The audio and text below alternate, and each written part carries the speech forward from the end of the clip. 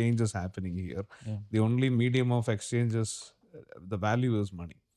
ഒരു സാധനം കൊടുത്ത് വേറെ സാധനം വാങ്ങിക്കാൻ പറ്റില്ല, ഇടയ്ക്ക് കാശ് വേണം എന്നുണ്ട്. ഐ തിങ്ക് ഇത്രയും വളരെ ഈ പറഞ്ഞ എക്കണോമിക് ഫോഴ്സസിനെയും സോഷ്യൽ ഫോഴ്സസിനെയും പൊളിറ്റിക്കൽ ഫോഴ്സസിനെയൊക്കെ കൺസിഡർ ചെയ്തുകൊണ്ടുള്ള ഒരു തിങ്കിങ് ഇവിടെ വരുന്നുണ്ടെന്ന് തോന്നി.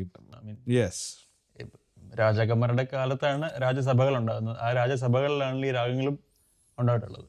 യെസ്, അപ്പം രാജകീയമായ രാഗങ്ങളാണ് പലരും.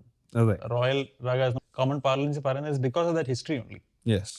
അപ്പം ബാക്കിന്റെ മ്യൂസിക്കിൽ ചാരുകേശി രാഗങ്ങളുടെ ഇൻഫ്ലുവൻസ് വരുന്നത് പോലെ തന്നെ may be the future of Indian music will look like that. Will be ഒരു പക്ഷേ ഇപ്പൊ വയലിൻ നമ്മുടെ ക്ലാസിക്കൽ ഫോൾഡിൽ വന്ന പോലെ may be jazz instruments will feature 200 years from now. നമുക്ക് പറയാൻ പറ്റത്തില്ല. I think that might happen or something else might happen. പക്ഷേ ആ മ്യൂസിക് വളർന്ന് if it is not morphing it will cease to exist. കാരണം നമുക്ക് ഇനി ഓൾസോ ദേ കൻ ബി യുദ്ധങ്ങൾ ഉണ്ടാവാം, വളരെ മോശം things can happen in the future. അപ്പം നമുക്ക് ഈ പറഞ്ഞ പോലെ ഈ ഹൈറാർക്കി ഓഫ് നീഡ്സ് ഉണ്ടല്ലോ. അപ്പോൾ അത് എന്ന് പറഞ്ഞ പോലെ മ്യൂസിക് ഒന്നും വേണ്ട, ഇതൊന്നും ആവശ്യമില്ല. കഞ്ഞി കുടിക്കാൻ അല്ലെങ്കിൽ you can't worry about music, right? അപ്പോൾ ആ ഒരു സിറ്റുവേഷനിൽ മ്യൂസിക്കിനെ പിടിച്ചു നിർത്തുന്നത് ഇങ്ങനത്തെ ഒരുപാട് you know being able to borrow from others. നമ്മുടെ വീട്ടിൽ അരിയില്ലെങ്കിൽ കംപ്ലീറ്റ്ലി നിന്ന് പോകാതിരിക്കാൻ അല്ലെങ്കിൽ അന്യാധീനപ്പെട്ടു പോകാതിരിക്കാൻ ഇത് ഒരുപാട് സഹായിക്കും നമ്മളെ. ഹാവിങ് യുവർ മ്യൂസിക്കൽ അല്ലെങ്കിൽ artistic framework free enough that it can easily borrow and transplant from other places. ഈ ദുരിതാശ്വാസം എന്നൊക്കെ പറഞ്ഞ പോലെയാണ് പലപ്പോഴും. Even arts have survival mode sometimes. അപ്പൊ അതിന് നമ്മൾ ആ ഒരു എൻവയൺമെന്റ് ഒരുക്കണം. ഇത്രയും കാലം ഇന്ത്യൻ മ്യൂസിക്കും സർവൈവ് ചെയ്തതിന് കാരണം അതാണ്.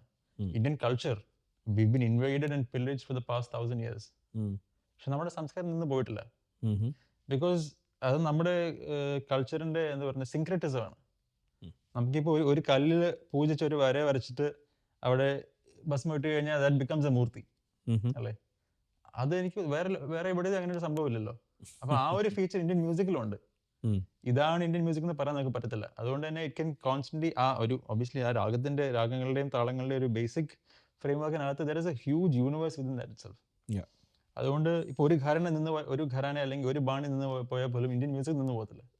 അപ്പൊ in the future it might not be within or in situ, it might be how well we can survive and thrive in the presence of other musical forms by borrowing from there.